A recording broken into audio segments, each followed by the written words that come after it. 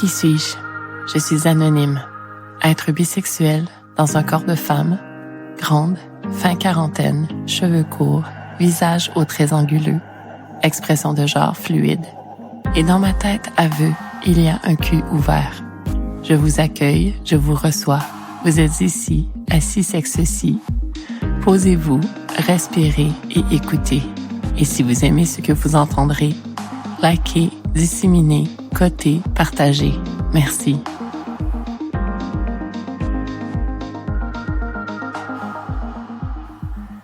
Chers auditeurs, le principe de collaboration se poursuit. Mais cette fois-ci avec un être né homme que j'ai rencontré à la mi-novembre. Au cours de ce nouvel épisode, il y aura une histoire érotique qui est en fait un récit qu'il a pondu pour tenter de cristalliser un moment réellement vécu au cours de son été 2024.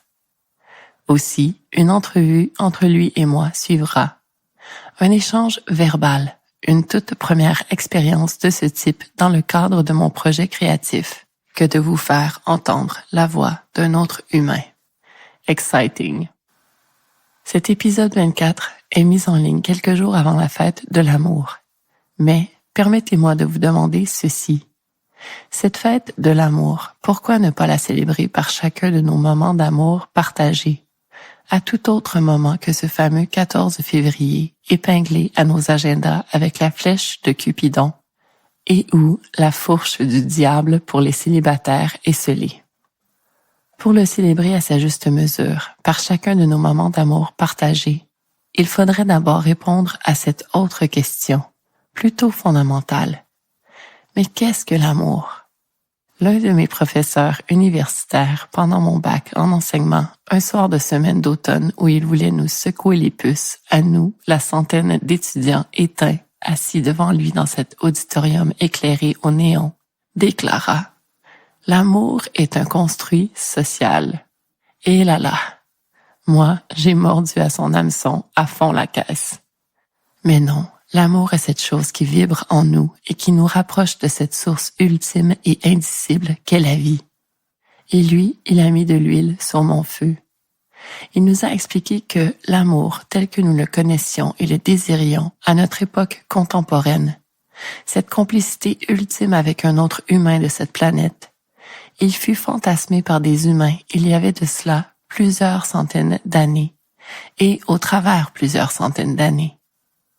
En effet, beaucoup d'humains socialisés croient que s'ils rêvent d'un amour idyllique, c'est la faute à Walt Disney et de tous ces dessins animés qui nous ont bousillé le discernement en implantant ces relations de princes charmants et de princesses coquilles vides stéréotypées en nous.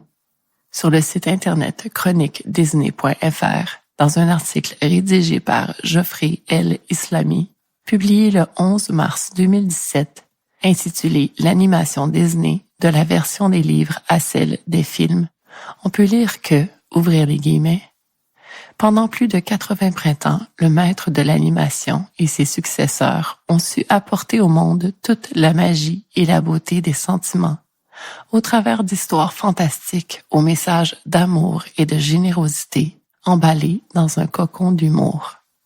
Une partie des films d'animation Disney se nourrit de contes notamment européens, Blanche-Neige et les 7 nains Cendrillon, mais également de mythes, Hercule, de légendes, Atlantide, l'Empire perdu, et de personnages ayant réellement existé, Mulan, Pocahontas, une légende indienne. Fermez les guillemets. Construit social. L'humain aime les histoires, depuis fort longtemps. L'amour, cette pulsion de vie, ce sentiment si enivrant, il est plutôt chouchou quand vient le temps de divertir et de faire rêver. L'amour, la magie, la générosité, tout cela, vous le retrouverez dans l'histoire de mon collaborateur, mais attention, pas du tout à la sauce Disney, plutôt en version contemporaine d'un humain socialisé qui a décidé d'embrasser sa pulsion de vie pour développer un amour envers sa nature sexuelle et le partager avec d'autres partenaires par la magie de la rencontre.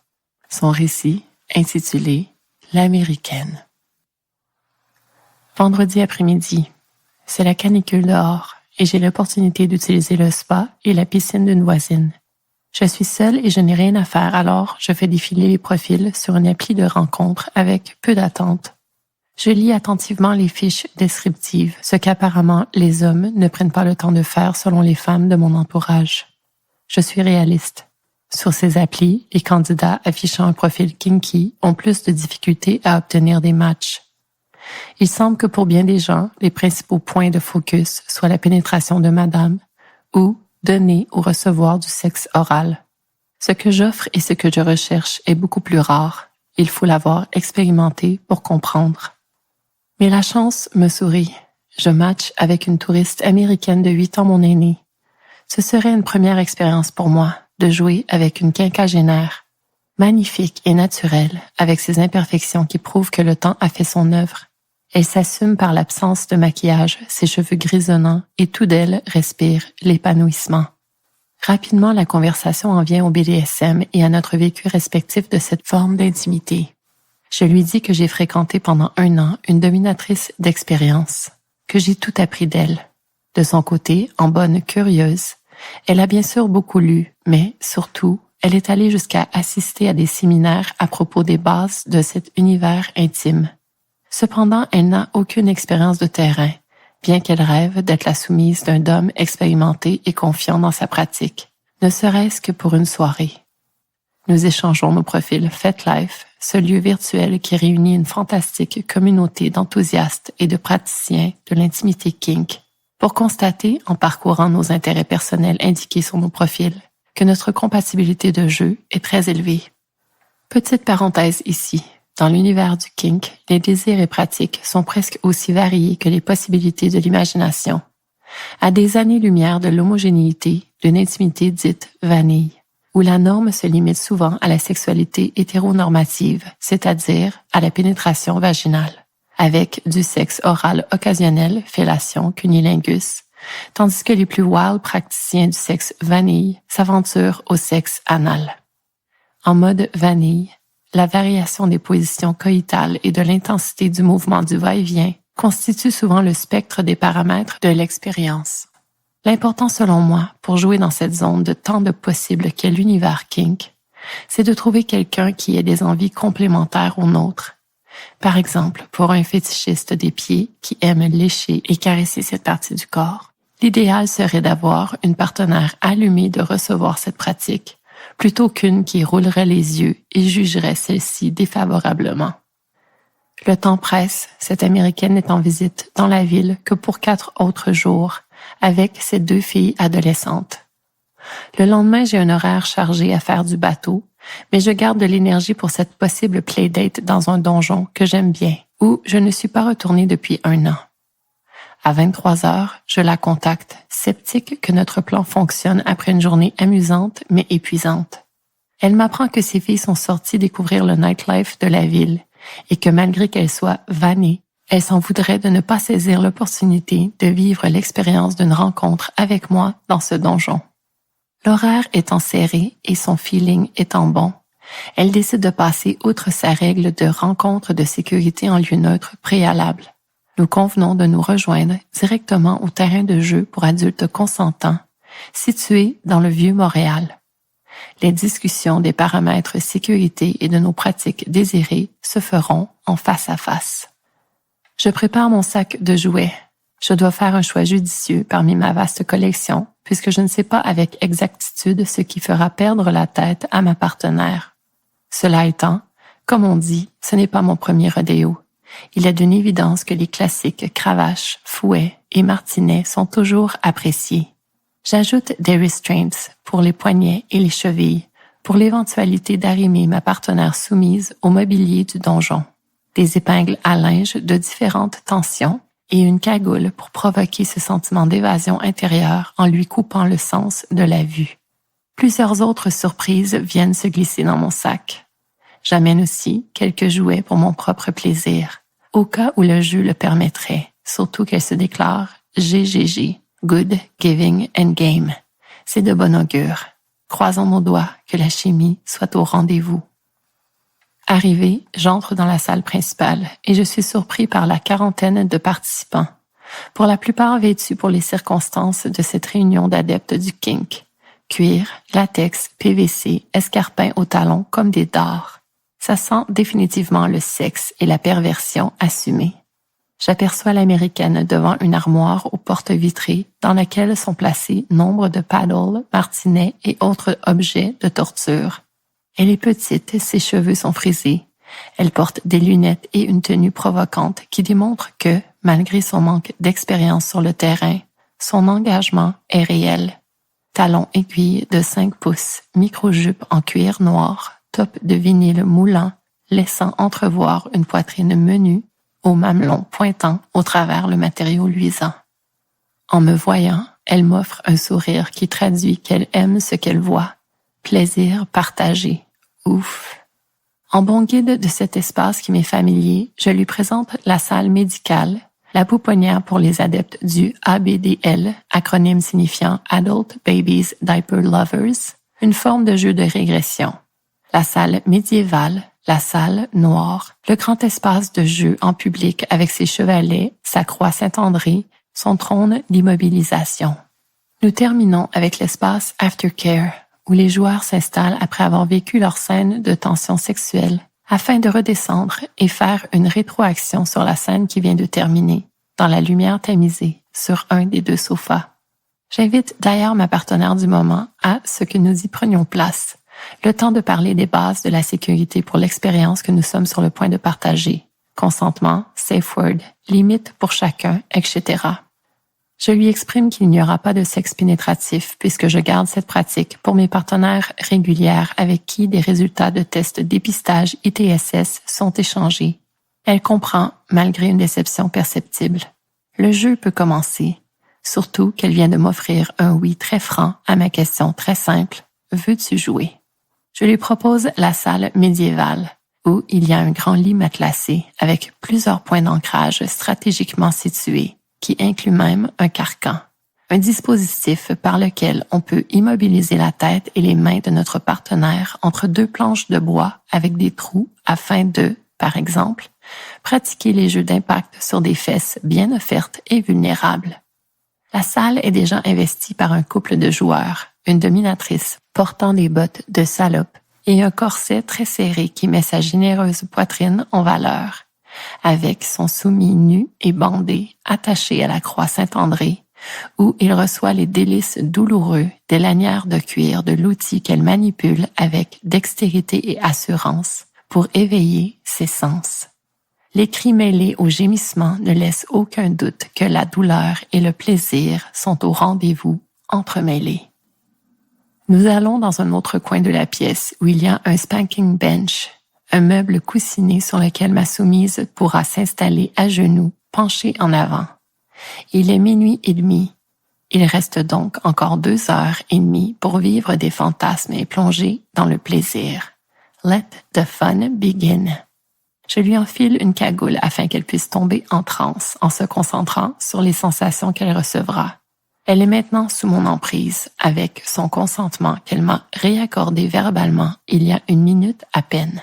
Pour la suite, c'est moi qui déciderai et la réifierai afin qu'elle assouvisse mes désirs. Premier commandement. Retire ta mini-jupe de catin. Elle s'exécute et fait également tomber sa petite culotte sur le plancher. Je m'assois sur le banc en la guidant. Je lui ordonne de se pencher ventre sur mes genoux en exposant son joli cul. Écarte tes cuisses traînées. Elle s'exécute docilement. Elle m'avait dit qu'il était allumé par le dirty talk. Les jeux d'impact peuvent commencer. D'abord des tapes douces sur ses fesses afin de les réchauffer en les faisant rougir, puis piano piano, crescendo progressif en intensité. Elle gémit de douleur et de plaisir. Ses endorphines se libèrent en faisant leur effet. J'alterne entre des gestes de punition percutants et cuisants et d'autres de récompense comme flatter doucement ses fesses rouges endolories ou effleurer les lèvres de sa vulve petite et grande avec le bout de mes doigts. L'effet de ses caresses sur cette zone gorgée de sang est immédiat. Elle lâche un gênement extatique. Je sais que son clitoris est lui aussi enflé, désireux, suppliant d'attention. Tous ses sens sont en éveil. Elle sent ma verge gonfler sous son ventre et se dandine pour s'y frotter un peu. Une claque bien sentie sur son sexe entier avec la paume de ma main la ramène à l'ordre. C'est moi qui suis en charge. Lève-toi. Elle s'exécute. Je retire le dernier vêtement qui la couvrait pour révéler sa poitrine. Je l'inspecte en tournant autour d'elle et en la humant. Je soulève ses seins un à un par ses tétines bien érigées. Elle laisse s'échapper des plaintes. Je fais courir ma main sur son ventre, puis ses fesses. Elle gémit. De derrière elle, j'empoigne violemment ses seins et y plante mes ongles. Elle sursaute, surprise du geste qui contraste avec la douceur des dernières minutes. Elle perçoit mon érection dans sa raie, tente de reculer pour la frotter, mais je l'en empêche. C'est moi qui décide. Je lui susurre alors à l'oreille, « Tu es à moi, mon jouet. Je peux faire ce que je veux avec toi. » Elle hoche la tête et laisse s'échapper une expiration chargée de désir. Elle est prête à ce que j'appose des pinces à linge sur chacun de ses mamelons gonflés. Je peux sentir son soulagement. Elle voulait des sensations, furent-elles douloureuses. Nous revenons au banc où je l'installe afin qu'elle goûte à mon martinet. J'alterne entre la fesse gauche, la fesse droite, puis je monte à son dos, en prenant soin d'éviter la partie particulièrement sensible et pouvant causer des blessures du bas de dos, aussi appelée ligne du sacrum. Des stries commencent à paraître sur sa peau. C'est ce qu'elle désirait, des marques de notre scène. Je prends une pause pour triturer ses seins afin de contrebalancer la douleur qu'elle ressent assurément. Reprenons les impacts avec une cravache cette fois. Haut des fesses, croupe, haut des cuisses. Mon pied tapote ses chevilles pour lui faire comprendre d'écarter les jambes pour me donner un meilleur accès à son entrejambe. La cravache part de l'intérieur de ses mollets, progresse le long de ses cuisses, en alternant entre des petits clapotements, presque gentils, et des coups plus fermes et piquants. Je vois sa cyprine faire briller sa chatte comme preuve de son plaisir à vivre ce moment. Je continue de claquer l'intérieur de ses cuisses pour me rendre à l'endroit plus tendre qui se trouve près de sa vulve, et puis, bam, un coup franc sur ses grandes lèvres. Son corps se raidit sous l'effet de la surprise, mais s'ensuit un relâchement évident lorsque le choc électrique provoqué par cet impact se diffuse sur ses petites lèvres et son clitoris bandé. Et oui, ce petit bouton renferme aussi des corps caverneux. Elle est prête. Toujours cagoulée, donc aveuglée, je la guide au lit situé à l'autre bout de la pièce sur lequel je la fais monter et se coucher sur le dos. Je l'écartèle en fixant ses poignets et chevilles aux quatre coins du lit à l'aide d'un système de retenue simple, la laissant entièrement exposée et vulnérable. Je peux sentir l'odeur de sa sève me monter au nez tellement elle est excitée. Je sors un petit pot d'huile de coco pour alors débuter un lent massage de son pubis en profondeur. Je m'attarde à la partie supérieure, le mont de Vénus, où l'on aperçoit un triangle de poils, massant chaque parcelle de son épiderme et les tissus adipeux qui se trouvent en dessous. Je descends ensuite pour masser l'interstice entre ses cuisses et ses grandes lèvres, en prenant grand soin de ne pas accrocher sa vulve gorgée de sang. Il ne faudrait tout de même pas qu'elle en retire tout de suite le plaisir maximal. Je tapote, puis je pince, d'abord légèrement, parfois avec mes ongles, afin de stimuler le sang et emmener des sensations. Je m'attarde à ses grandes lèvres, que je fais rouler entre mes doigts, alternant entre l'écrasement et les caresses profondes. Sous les tissus des grandes lèvres se trouvent les bulbes, les piliers et le corps caverneux enfoui du clitoris, et dont une bonne partie des femmes n'ont pas connaissance de son existence. Elle est surprise par les sensations que cela produit en elle. Je remonte vers le gland de cet organe féminin encore si méconnu dans son entièreté, en prenant soin de ne pas y toucher. Edging. Je passe ensuite au massage de la partie très délicate et là encore souvent négligée, entre les grandes lèvres et les petites lèvres. Je pétris doucement du bout des doigts, en m'attardant à chaque millimètre de cette peau tendre et soyeuse. Puis, je passe aux petites lèvres, que je caresse avec vigueur, puis triture. Ma partenaire bout d'envie.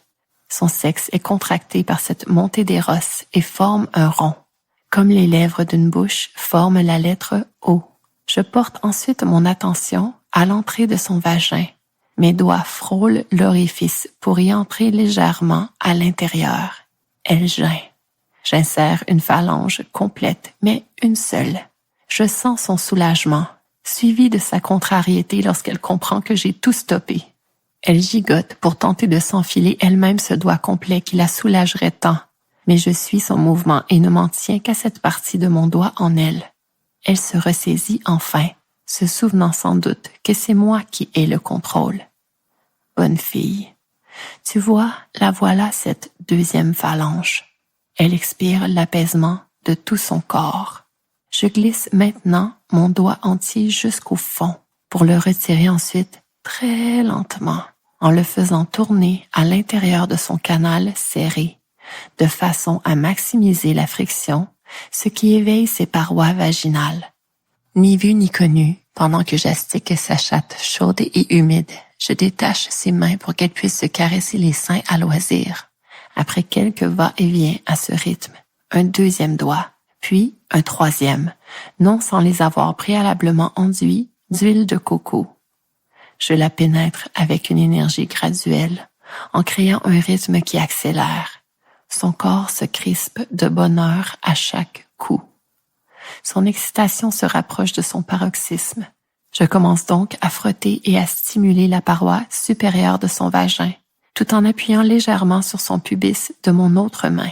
Elle rugit de plaisir. Soudainement, tel que nous en avions convenu, elle dit « Sir, I'm about to come ». Je continue mes caresses en prenant l'initiative d'insérer un doigt dans son anus. C'en est trop. « Sir, can I come? Please, please, can I? » Avec magnanimité, je décide que le supplice a assez duré. « Come for me ». Aussitôt, son corps tout entier spasme, lavé par des vagues et des vagues de plaisir. Tel que convenu encore une fois, elle crie « I'm coming » pour m'indiquer qu'elle a basculé dans le néant orgasmique. Je ralentis la cadence, y allant plutôt avec la paume de ma main qui exerce une pression sur le haut de la vulve et son bourgeon, afin de lui permettre de voguer sa jouissance tout en douceur. Elle pulse en soubresaut, puis vient déposer ses mains sur les miennes, m'indiquant que c'est le temps d'arrêter. Elle est épuisée, submergée, immergée, décontenancée, comblée. Sourire aux lèvres, je m'étends à ses côtés, l'étreignant doucement afin de lui offrir l'enveloppement de l'aftercare qui lui permettra de venir me retrouver ici, sur la planète Terre.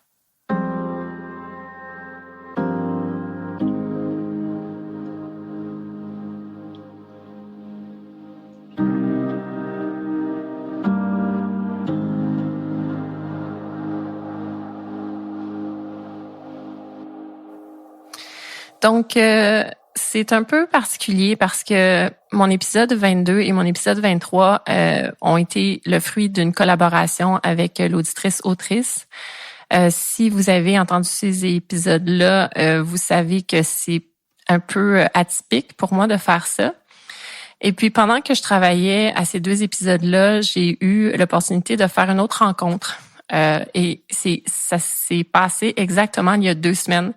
Donc, ça s'est passé le 16 novembre. Présentement, on est le 30 novembre au moment où on fait l'enregistrement de cette entrevue.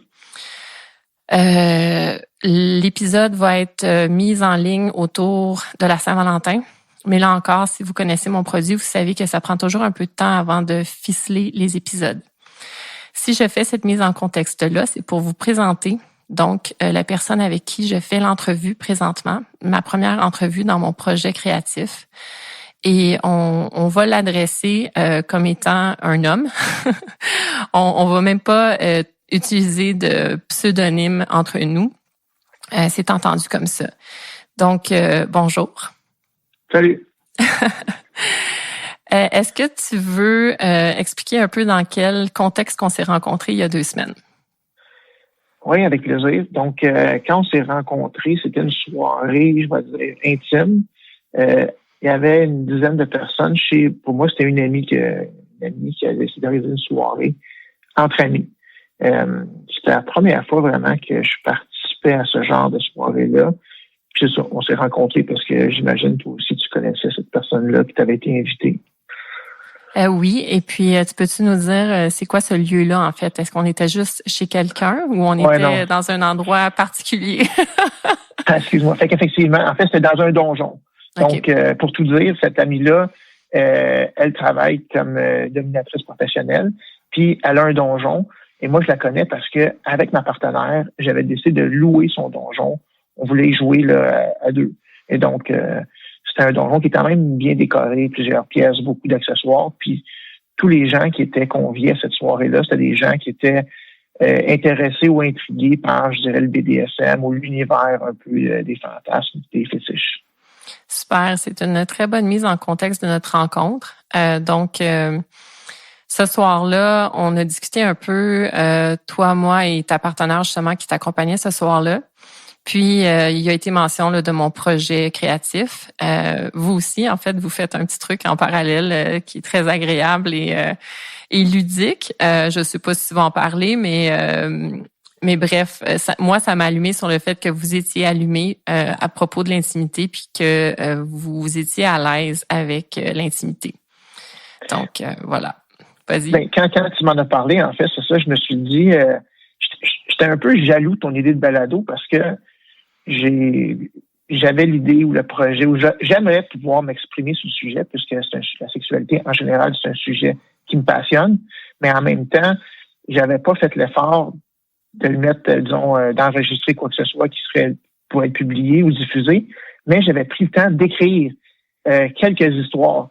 J'ai été vraiment chanceux dans ma vie de vivre des choses, je dirais, hors de l'ordinaire, qui valent la peine, je pense, d'être écrites. Ça pourrait faire, je te l'avais dit, une série télé ou un roman. Et donc, c'est un peu ça que je t'ai confié en te disant, écoute, moi, j'ai écrit des histoires assez détaillées d'aventures, je dirais, hors du commun, extraordinaires que j'ai vécues. Puis je trouvais que ça valait la peine de le partager. Bon, écoute, je te corrige. En fait, tu m'en as parlé, mais le lendemain matin, quand tu m'as contacté pour me dire que tu avais commencé à écouter mon balado. Et là, tu m'as parlé de ces histoires-là que tu écrivais. Je sais pas si c'est ce jour-là ou le lendemain matin, on était en communication quelques jours, là, puis je t'ai proposé de m'envoyer une de tes fictions. Ben, moi j'appelle ça une fiction, toi c'est un récit parce que c'est quelque chose que tu as réellement vécu. Puis c'est ce qui s'est passé, tu l'as envoyé, je l'ai lu et là parce que comme je l'expliquais, je venais de faire une collaboration, je me suis dit allons de l'avant. Ça pourrait être intéressant. Donc, merci d'accepter cette petite entrevue-là. Dans l'épisode 24, donc en cours, on entend justement ton récit. C'est ton histoire ou une de tes histoires. Mais là, on va pas parler de cette histoire-là. Je veux surtout qu'on parle de toi. Si c'est possible, de nous faire peut-être un petit résumé de ton parcours intime dans ta vie existentielle, là, parce que tu dis que tu es quelqu'un de passionné de l'intimité, ça pourrait nous aider à comprendre le pourquoi et le comment. Oui, avec plaisir. Ben, en fait, moi, je suis, tu l'as un peu fait allusion au début, là, je suis un homme cisgenre hétéro. Donc, quelque chose d'assez banal, je dirais. Mais mon parcours intime, là, si je remonte dans mes souvenirs, je te dirais que ça a commencé à l'adolescence quand, comme bien des jeunes, tu tombes sur les photos ou les revues ou les vidéos de ton père. Mettons, dans mon cas, c'était de mon père. Et puis, je sais pas pourquoi, mais ça a comme ça a déclenché des fantasmes en moi. Et selon mon souvenir, quand j'étais adolescent, ce à quoi je fantasmais, c'était vraiment l'idée de me faire capturer, kidnapper par 4 femmes plus vieilles que moi, je dirais peut-être 20 ans plus vieilles que moi, qui m'attachent puis qui m'utilisent comme un objet sexuel. Ça, tu dis que ça a commencé à l'adolescence, ce fantasme-là particulier? Oui, absolument. À l'adolescence, c'est de quoi que j'avais en tête. Je ne sais pas pourquoi j'avais ces idées-là, mais tu sais, par après, je me suis rendu compte que c'est quelque chose qui est assez courant chez beaucoup de femmes, le désir d'être utilisé comme un objet sexuel ou de faire plaisir à quelqu'un d'autre, disons, qu'ils utilisent pour leur propre plaisir. C'est intéressant que tu dises que c'est courant chez les femmes, mais toi, tu es un homme. Tu penses que c'est pas quelque chose de courant chez les hommes, ce genre de fantasme-là? Écoute, c'est une bonne question. Je le sais pas. Au cours de ma vie, j'ai beaucoup parlé avec les femmes de sexualité, mais pas mal moins avec les hommes, hein, contrairement à ce qu'on s'imaginerait. mes amis parlent pas vraiment de leurs fantasmes tant ça, mais mes amis de filles me parlent toutes de leurs fantasmes. Fait que je le sais que pour les femmes, c'est commun, mais je ne le sais pas pour les hommes. Et ça, c'est intéressant parce que justement, pour moi, c'était une des raisons pour lesquelles je voulais aller de l'avant avec cet épisode-là, cette collaboration-là avec toi, parce que dès le départ, j'ai senti que, comme tu le dis toi-même, de toi-même, t'es un homme, cisgenre, hétéro, à la base dans notre société, on pourrait dire le stéréotype de l'homme qui manque de sensibilité, d'ouverture, peut-être, avec sa vulnérabilité. Puis c'est tout le contraire que j'ai perçu dans toi. J'ai senti que tu étais vraiment quelqu'un de très intéressé et de très intéressant, mais surtout de très intéressé, de très généreux dans ton écoute, dans justement ton intimité. J'ai dit qu'on n'allait pas parler de ton récit, mais on le sent dans ton récit. Je trouve ça vraiment merveilleux, la scène qui est décrite. Surtout, pour moi, c'est la partie où tu masses son sexe. Je trouve ça extraordinaire comme description. Mais là, on va revenir à toi. Donc là, tu dis que tu as ces fantasmes-là à l'adolescence et ensuite de ça, qu'est-ce qui se passe dans ton parcours? En fait, les 20 années qui ont suivi, ça a été un mélange des fantasmes dans ma tête, mais j'ai jamais osé avouer à mes partenaires ces désirs-là. Fait que j'en ai pas parlé. Je peux pas les blâmer parce que j'en ai pas parlé. J'ai gardé ça enfoui en moi. J'ai regardé de la porno sur Internet comme bien des gens, mais j'avais honte peut-être, assurément, j'étais gêné de ces fantasmes-là, ces désirs-là. Fait que j'ai fait la sexualité vanille, là, comme on dit. Et puis, ça a resté comme ça jusqu'à temps que je me sépare, disons, début quarantaine. Puis là, alors que j'avais accepté que je serais avec la même femme jusqu'à la fin de mes jours, puis que j'étais un gars fidèle, donc c'était important pour moi. Quand début quarantaine, je me suis retrouvé célibataire, je me suis dit, OK, là, c'est le temps d'explorer tous ces fantasmes-là, d'essayer de rencontrer des gens. Mais au début, dans ma tête, c'était inconcevable que je puisse croiser des femmes qui soient intéressées à faire ces choses-là. Toutes les pratiques qu'on parle. Pourquoi? Pourquoi inconcevable? Ben, c'est vrai, hein, je sais pas. Des préjugés de la société, tu sais, c'est des choses que je regardais sur Internet, mais je sais pas. Je pensais pas que les femmes feraient ça volontairement. Je trouve que dans notre société, là, puis c'est peut-être philosophique, mais je trouve que dans notre société, on traite pas les hommes et les femmes sur le même pied d'égalité. On s'imagine que les femmes, ça n'a pas la même sexualité que les hommes, ça n'a pas les mêmes fantasmes, même ça n'a pas la même libido. Alors que mon expérience, c'est tout le contraire. Les femmes ont absolument les mêmes désirs, les mêmes fantasmes, les mêmes besoins de sexualité, d'être touchées, c'est pas juste la romance. Les femmes ont aussi besoin de ces désirs-là, en fait, les mêmes désirs que les hommes.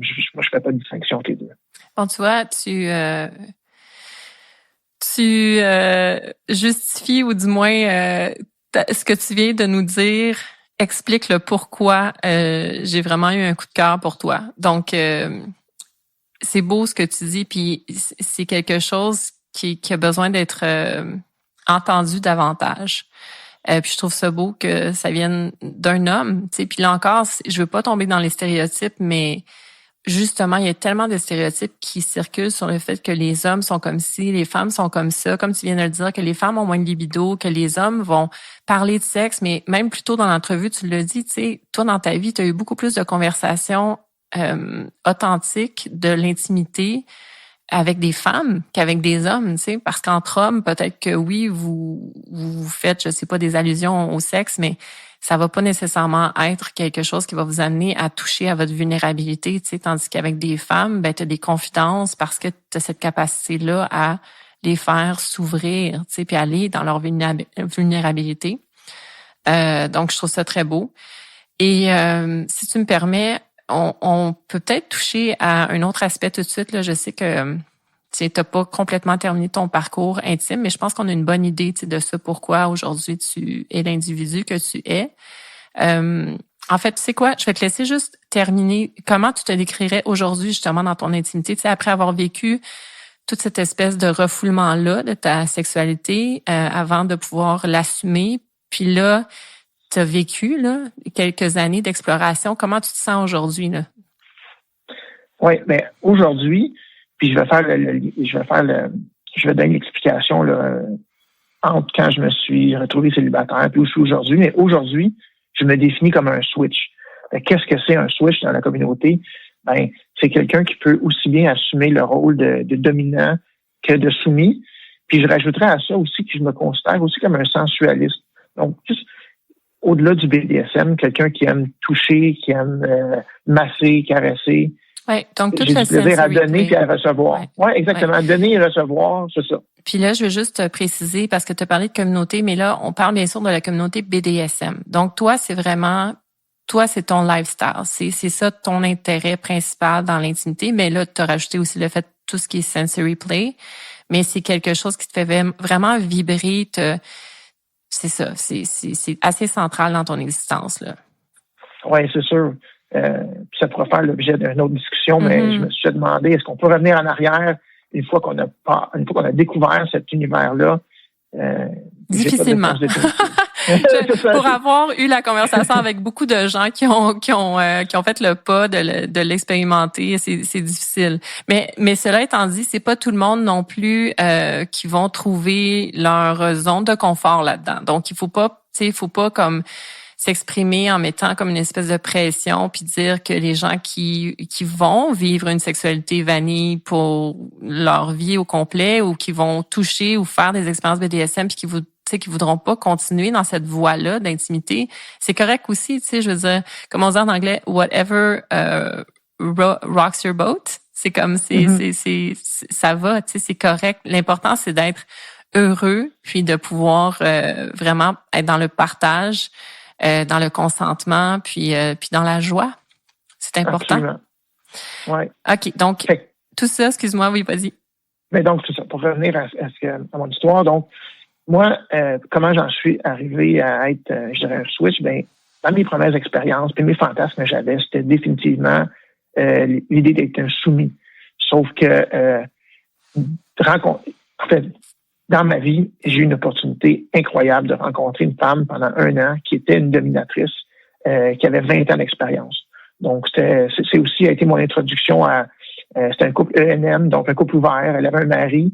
Mais dans sa sexualité, elle se permettait d'aller rencontrer d'autres hommes. Puis moi, quand j'ai rencontré... Excuse-moi, je veux juste t'interrompre. Donc, le ENM, c'est Ethical Non-Monogamous. Donc, les acronymes, c'est pas tout le monde qui les connaisse. Puis, donc, quand on les drop, comme on dit en anglais, c'est mieux de les expliquer. Donc, comme tu disais, c'est un couple ouvert, mais le côté éthique, c'est qu'ils en discutent, c'est transparent entre eux. OK, on peut continuer, excuse-moi. Exact. Donc, pour la première fois de ma vie, je rencontre cette femme-là qui a de l'expérience dans tous les fantasmes que je veux faire, des fantasmes que j'ose même pas avouer. C'était un bon fit, là. Vous étiez un bon fit. C'était un fit incroyable. Mm-hmm. Puis, c'est une femme extrêmement généreuse qui m'a, en fait, tout appris, tu sais. Fait que j'ai appris d'elle. Ça m'a allumé, ça m'a motivé, ça a comme alimenté mon feu intérieur, si tu veux, dans l'univers de la sexualité. Mm-hmm. Puis, suite à ça, ça a duré 1 an. Suite à ça, j'ai rencontré une autre femme, en fait, ma partenaire actuelle, avec qui je suis allé justement quand on s'est rencontrés. Puis, c'est aussi une chance incroyable. Puis là, je dois dire que moi, dans ma vie sexuelle, j'ai été choyé et très gâté de rencontrer ces femmes-là. Mais elle avait aucune expérience, mais elle avait un désir et une soif d'apprendre que je comparais à mon désir et ma soif d'apprendre quand j'ai rencontré ma dominatrice.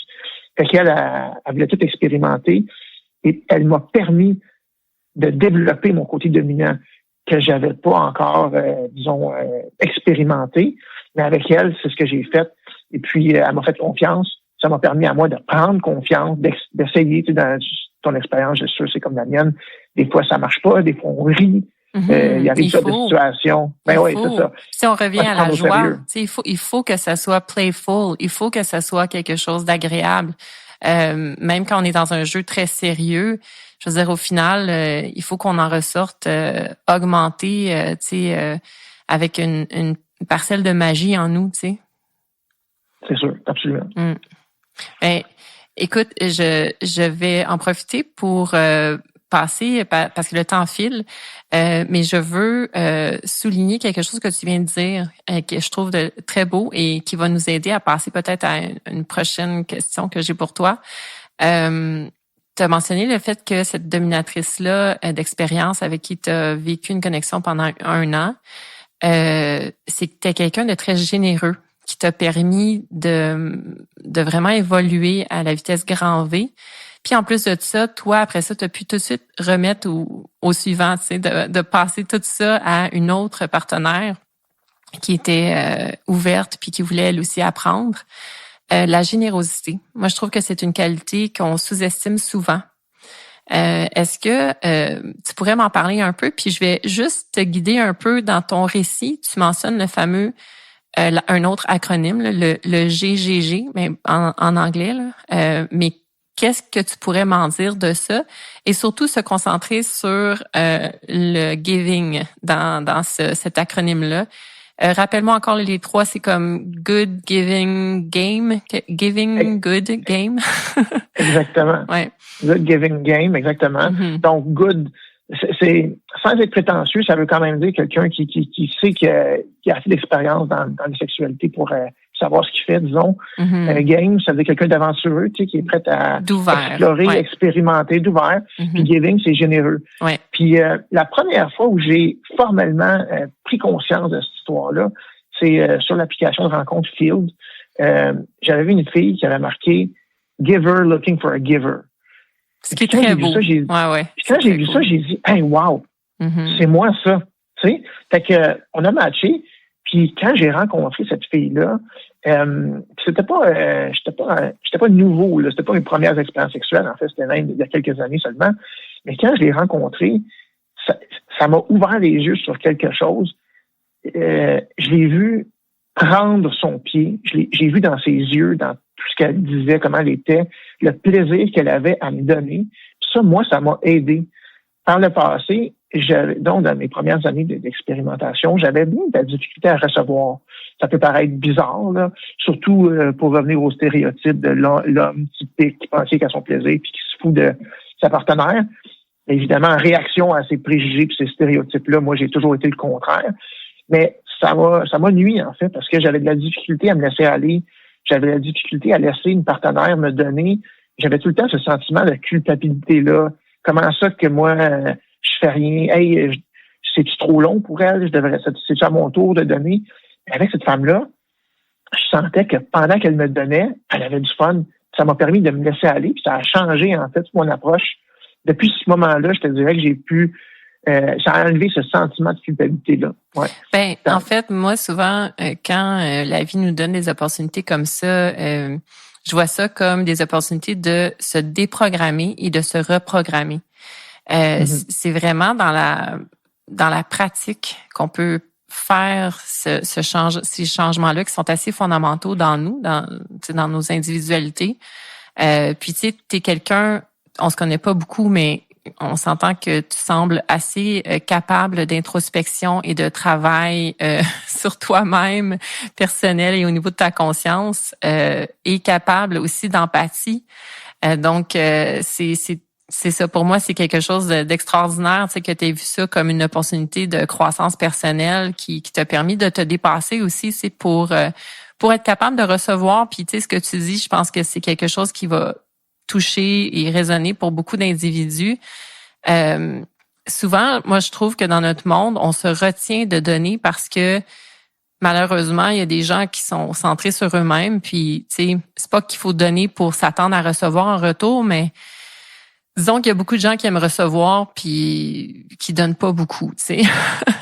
La générosité, moi, je trouve que c'est une qualité, je reviens à ça, là, mais je trouve que c'est une qualité qui est sous-estimée pour sa valeur réelle. C'est vraiment d'être généreux.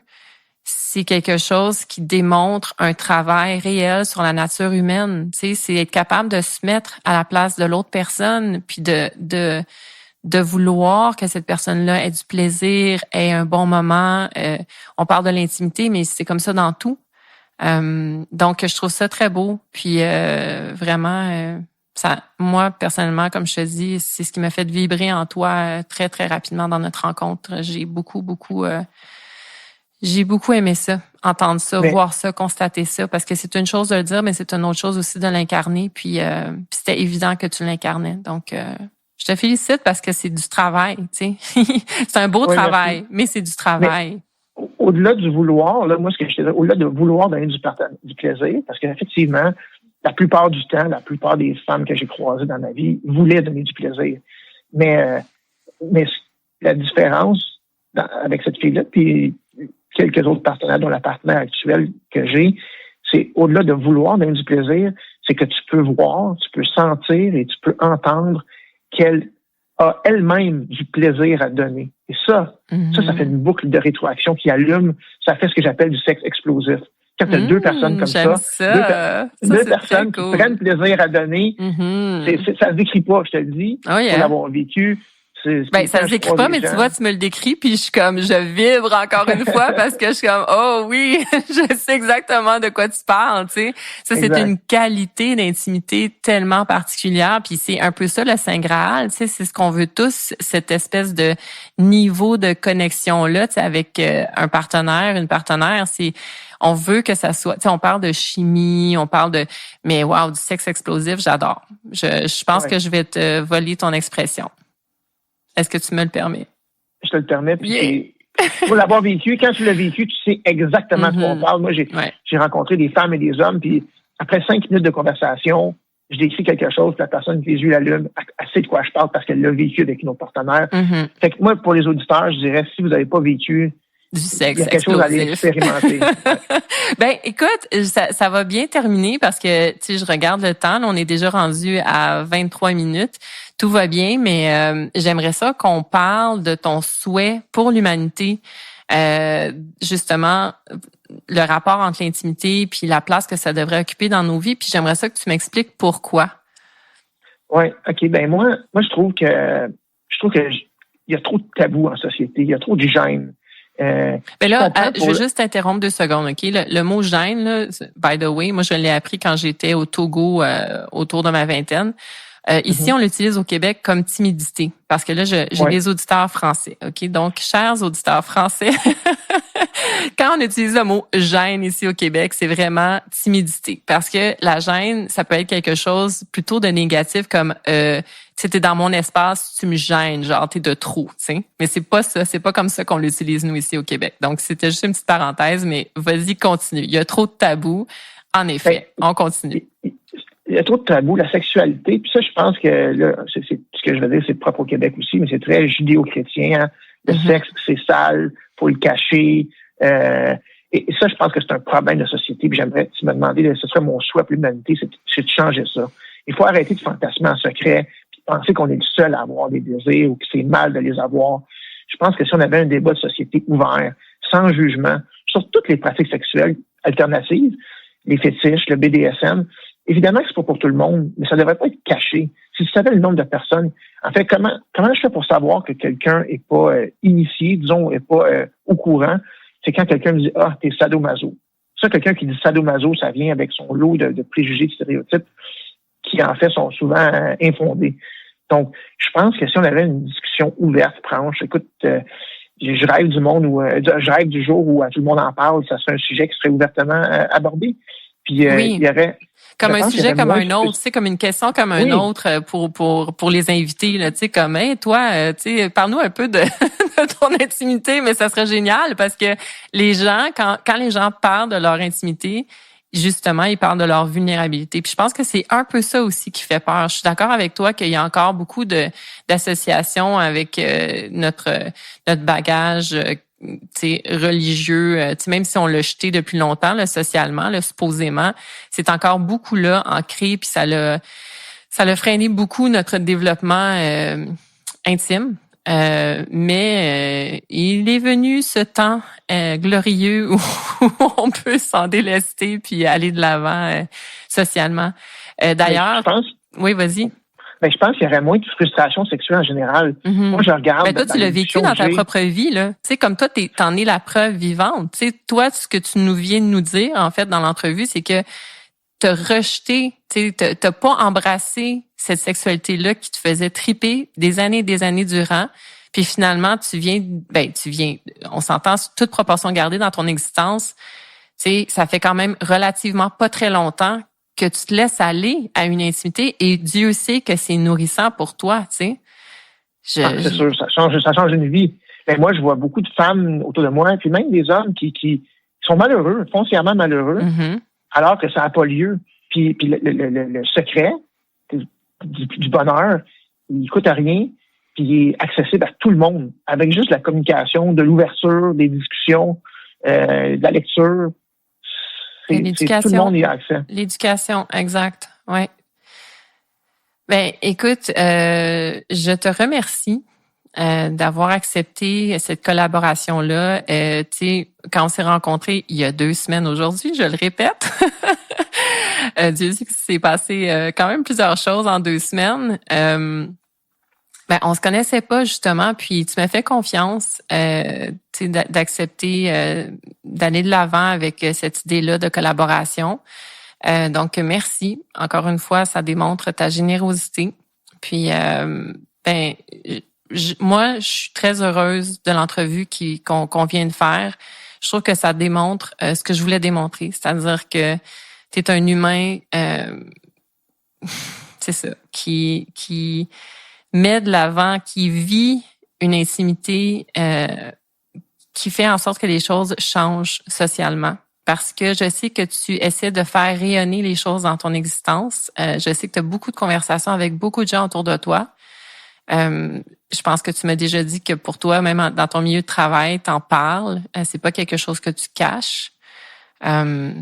C'est ça, hein? Je pense que c'est ce que tu m'as dit. Je dirais pas que moi, ce que je dirais au travail, c'est particulier. Je vais pas le dire ouvertement, mais c'est facile de comment je peux dire, laisser des signes, par certaines paroles, certaines expressions.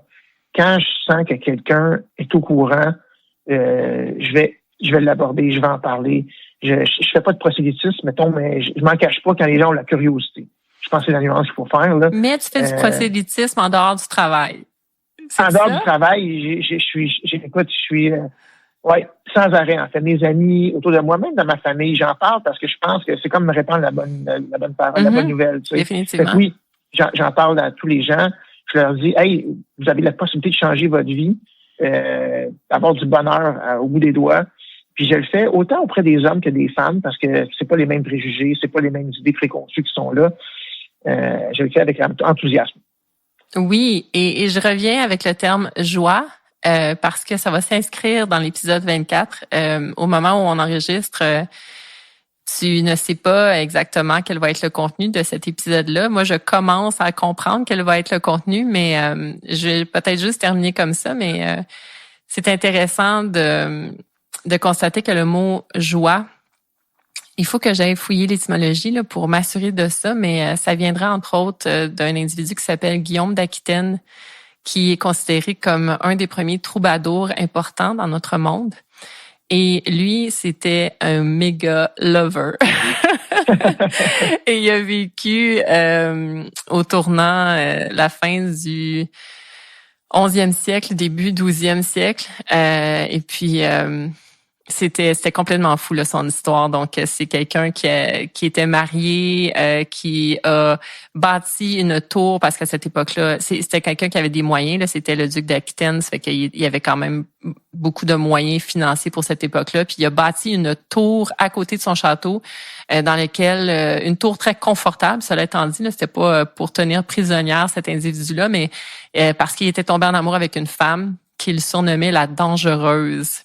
Et la dangereuse a fait partie de sa vie très, très longtemps et il a écrit de la poésie à n'en plus finir pour elle. Et il aurait créé le mot « joie » pour parler de cette émotion extrême-là qu'il ressentait dans l'intimité avec elle. Donc, peut-être que, vois-tu, c'est lui qui a parlé de sexe explosif en premier. Écoute, là, tu piques ma curiosité, je vais aller lire ses poèmes. Ah, ben oui, ben écoute, je t'enverrai le livre auquel je me réfère. Là. J'ai un livre en particulier, puis d'ailleurs, je vais en parler dans mon épisode 24, justement. Donc, je te remercie encore une fois, puis au plaisir d'entendre peut-être ton propre balado éventuellement. Ben, merci pour l'invitation, j'apprécie beaucoup. Ben, ça fait plaisir.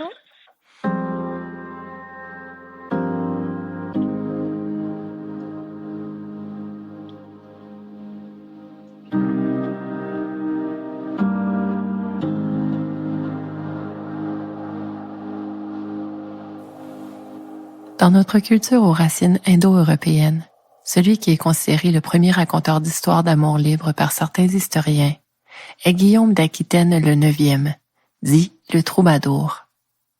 Dans le livre de Jean-Claude Marolles, L'amour libéré ou l'érotique initiale des troubadours, Guillaume brille de mille feux de joie, littéralement. C'est que, voyez-vous, ce poète passionnel a créé un mot, de son vivant, pour tenter de décrire le sentiment que lui faisait vivre l'amour, celui du type qui fait vibrer l'âme dans le corps, par le corps, celui qui célèbre les sens pour les exalter, jusqu'à nous faire basculer dans le néant. Ce mot, c'est le joie. Oui, vous avez bien entendu, le joie. Guillaume, ayant vécu au tournant du XIe et XIIe siècle, s'exprimait dans la langue d'oc, aussi dite l'occitan, une langue romane parlée dans le tiers sud de la France, qui serait encore vivante comme langue régionale, que nous apprend Wikipédia. Avec les mots joie et jeu, il a utilisé l'alchimie de son esprit, d'homme animé par la puissance de sa connexion avec sa pulsion de vie, pour pondre le joie, lui retirant son E muet et féminisant, qui, ouvrir les guillemets, au croisement du jeu et de la joie, dit l'émotion d'une poésie fondée sur le culte du désir, qui tâche de suspendre le cours du temps pour célébrer une renaissance printanière perpétuelle, qui cherche à fixer l'exaltation des cœurs et le vertige des corps tendus vers la jouissance. Fermez les guillemets. Que nous apprend Amandine Musso, une maître de conférences en langue et littérature médiévale à l'Université Paris Diderot, dans un article de revue intitulé « L'inquiétante joie des troubadours ». Le sens étymologique de troubadour est lié à troubadour, de la langue d'Oïl, l'autre langue romane parlée à l'époque de Guillaume, celle-ci dans la partie nord de l'Europe. Troubadour dérive de trobar, qui peut autant signifier trouver, inventer, découvrir, que composer des vers ou de la musique. Moi, je dis que Guillaume était un inventeur, compositeur de vers. Il a trouvé 1001 mots pour exprimer son amour, et ce diamant étincelant qu'est son joie. Guillaume aurait chanté en parlant de la femme avec un grand F. Par son joie, elle peut guérir, par sa colère, tuer. Un homme sage peut devenir fou, l'homme beau perdre sa beauté, le plus courtois devenir vilain, le parfait vilain se faire courtois. Fête de l'amour, moi je dis, célébrons-nous ensemble, dans le partage, pour faire naître cet état que ce collaborateur de mon 24 a si bien décrit par son récit de cette rencontre avec cette femme, avec qui il a fait naître du sexe explosif comme il l'appelle, pour ne pas dire ce joie. Ce joie qui n'a pas réussi à intégrer la langue française au final, trop niche et subtile pour les utilisateurs des langues de l'époque, qui ont évolué vers le français d'aujourd'hui. Malgré que les compères troubadours de Guillaume l'aient adopté comme étant riche d'un sens bien spécifique pendant les XIIe et XIIIe siècles dans leur propre poésie destinée à être chantée, jusqu'à ce que cet art joyeux des troubadours disparaisse à l'époque de la peste noire, mi-XIVe. L'amour, ce construit social qui existe au-delà des conventions et des idées préconçues. Autour de moi, il y a de beaux exemples de couples formés d'humains qui ont décidé de juxtaposer leur chemin de vie depuis de nombreuses années et de manière harmonieuse pour coexister avec amour. Leur amour, il vibre de ce joie de Guillaume, de cette célébration de constater que parfois, un autre humain nous permet de nous élever en nous augmentant par sa présence dans notre existence. Quand deux humains choisissent de se lier par amour, n'est-ce pas qu'ils devraient le faire pour faire jaillir dans l'un et l'autre tout ce qu'il faut de matière à évolution pour le mieux? Si le récit de mon collaborateur et mon collaborateur lui-même m'intéressèrent au point de vous les présenter dans cet épisode dédié à notre conception de l'amour, c'est que selon moi, il représente une base. Malgré qu'après m'abord cette connexion fortuite et momentanée avec ce touriste via une application de rencontre, Cette expérience de sexe explosif et de munificence sensuelle ayant pris lieu dans un donjon par une dynamique BDSM, cet homme explorateur animé par ce lifestyle qu'est cette voix intime du monde kink, tous ces éléments pourraient sembler à des années-lumière de cet amour en longévité développé entre deux humains qui vivent en réciprocité pour former un couple selon la convention sociale. Dans mon 10, mon épisode touchant au sujet de la pulsion de vie, du désir, j'ai cité un article, celui du site internet psychologie.fr, intitulé « Les émotions positives, la joie, le désir et l'amour », dans lequel il est dit que, ouvrir les guillemets, la joie traduit un sentiment de contentement, de bien-être, voire de plénitude, fermez les guillemets. Et on ajoute que malgré tout, parfois pour cause d'éducation reçue, il nous est difficile d'accueillir cette joie en nous, que plusieurs la censurent, la répriment, ne se permettent pas de l'exprimer. À bien y réfléchir, la joie, si nous la vivons pour ce qu'elle est véritablement, elle comprend ce sens de la célébration des sens, du joie de Guillaume d'Aquitaine. Mon invité, par son expérience, par son récit, par son parcours, il est un bel exemple de la force de cette joie qu'il vit maintenant par son intimité assumée et qu'il partage par sa grande générosité à vouloir l'éveiller dans ses partenaires de jeux BDSM ou sensuels et à vouloir inspirer les gens qui croisent son chemin, tels que moi, en exprimant la joie que cette intimité qu'il vit lui procure. Dans mon épisode 15, celui touchant au sujet des émotions, je mentionne La roue des émotions de Robert Plutchik, une de plusieurs conceptualisations visuelles de la gamme des émotions. Dans la méthode de classification des émotions de Plutchik, la joie est l'une des 8 émotions de base, un des 8 pétales qui forment cette roue. Dans cette théorie, les émotions de base sont liées à 2 autres émotions, leurs variations plus intenses et moins intenses. La joie aurait comme forme intensifiée l'extase et comme forme atténuée la sérénité. L'extase d'une rencontre fortuite qui résulte en sexe explosif, la sérénité d'un lien développé au fil du fleuve des années partagées. L'amour, oui, célébrons-le bien sûr, respectons tout son sacré qui illumine nos existences profanes.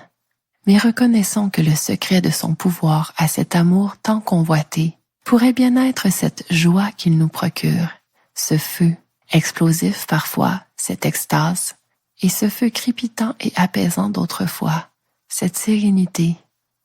Je terminerai avec des mots que Joseph Campbell aurait formulés. Cet homme de lettres dont les réflexions et les écrits ont influencé nombre de créateurs, dont George Lucas et Jim Morrison. Find a place inside where there's joy, and the joy will burn out the pain. En traduction libre, trouvez une place à l'intérieur où il y a de la joie, et cette joie brûlera la douleur. Le feu qu'est la joie pour brûler notre douleur, notre tristesse, notre désarroi, ce feu explosif parfois, crépitant et apaisant d'autres fois. Feu de joie, quoi qu'il en soit. Cette émotion puissante qui oxygène l'amour, c'est elle que je vous souhaite vivre à tous vos jours.